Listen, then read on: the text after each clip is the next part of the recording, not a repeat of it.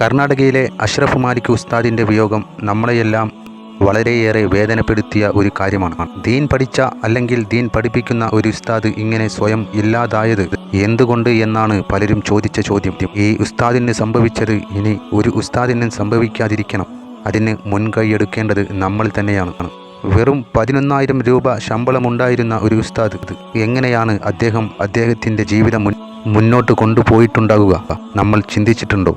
കണക്ക് കൂട്ടിയാൽ 300-350 രൂപയോ ദിവസം വരുമാനമുള്ള ഒരു മനുഷ്യന് എങ്ങനെയാണ് സ്വന്തം കുടുംബത്തിൻ്റെ കാര്യങ്ങൾ മുഴുവനായി ചെയ്ത് ജീവിതം മുന്നോട്ട് കൊണ്ടുപോകാൻ കഴിയുക?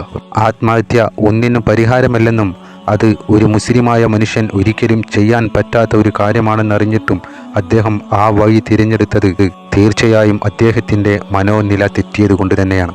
ജീവിതം മനുഷ്യൻ്റെ മുമ്പിൽ പല പരീക്ഷണ ഘട്ടങ്ങൾ ഉണ്ടാക്കിക്കൊണ്ടിരിക്കും. ചിലരാകട്ടെ ഈ ജീവിതം അങ്ങ് അവസാനിപ്പിച്ചാൽ ഇതെല്ലാം കഴിഞ്ഞു എന്ന് വിചാരിക്കുന്നു. അങ്ങനെ അവർ ആ വഴി തിരഞ്ഞെടുക്കുന്നു.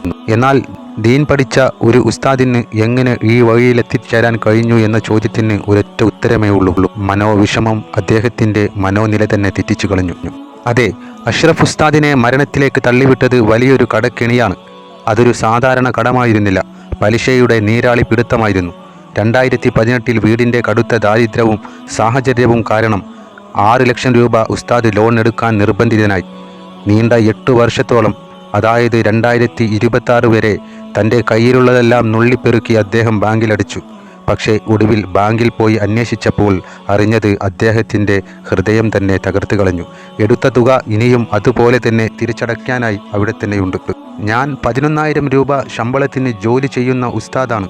ലോൺ എടുക്കാതിരിക്കാൻ ഒരുപാട് നോക്കി, പക്ഷേ സാഹചര്യങ്ങൾ. മരണത്തിന് തൊട്ടു മുമ്പ് ഉസ്താദ് വിതുമ്പലോടെ പറഞ്ഞ ഈ വാക്കുകൾ നമ്മുടെ മനസ്സാക്ഷിയെ അലോസരപ്പെടുത്തേണ്ട ഒന്നാണ്. ഇവിടെയാണ് നമ്മൾ സ്വയം ചില ചോദ്യങ്ങൾ ചോദിക്കേണ്ടത്. അഷ്റഫ് ഉസ്താദ് ജോലി ചെയ്തിരുന്നത് വെറും 11,000 രൂപ ശമ്പളത്തിനാണ്. ഇന്നത്തെ കാലത്ത് 11,000 രൂപ കൊണ്ട് ഒരു കുടുംബം എങ്ങനെ ജീവിക്കും? കുട്ടികൾക്ക് സ്കൂൾ ബാഗ് വാങ്ങാനോ വീട്ടിൽ ഒരു അതിഥി വന്നാൽ സൽക്കരിക്കാനോ പോലും തികയാത്ത തുച്ഛമായ തുക. ഈ ശമ്പളത്തുകയുടെ ചെറുപ്പമല്ലേ തീർച്ചയായും അദ്ദേഹത്തെ ലോൺ എടുപ്പിക്കാനും പിന്നീട് ഇത്തരത്തിൽ മരണത്തിലേക്ക് തള്ളിവിടാനും കാരണമായത്. നമ്മുടെ മക്കൾക്ക് ഇൽമു പകർന്നു തരുന്നവർ, നമുക്ക് വേണ്ടി ഇമാമത്ത് നിൽക്കുന്നവർ, 5 വക്ത് ബാങ്ക് വിളിച്ച് നമ്മളെ അള്ളാഹുവിലേക്ക് അടുപ്പിക്കുന്നവർ, വലിയ ശമ്പളമുള്ള ഗൾഫ് ജോലികൾ പോലും ഒഴിവാക്കിയാണ് ചില ഉസ്താദുമാർ ദീനീ സേവകരായി ഇപ്പോൾ നിലകൊള്ളുന്നത് എന്നുള്ള കാര്യം നമ്മൾ എപ്പോഴെങ്കിലും ചിന്തിച്ചിട്ടുണ്ടോ? ഒരു മഹലിൽ കുറഞ്ഞത് 600-700 കുടുംബങ്ങൾ കാണും. നമ്മൾ ഓരോരുത്തരും വിചാരിച്ചാൽ മാറ്റാൻ കഴിയുന്ന പ്രശ്നമേ ഉള്ളൂ.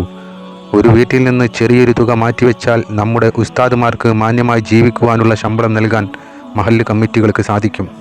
മിനിമം 25,000 രൂപയെങ്കിലും ഇവർക്ക് നൽകിയില്ലെങ്കിൽ, അതല്ല അത്രയും രൂപയെങ്കിലും നമുക്ക് കിട്ടിയില്ലെങ്കിൽ നമ്മൾ എങ്ങനെയാണ് നമ്മുടെ കുടുംബം പുലർത്തുക?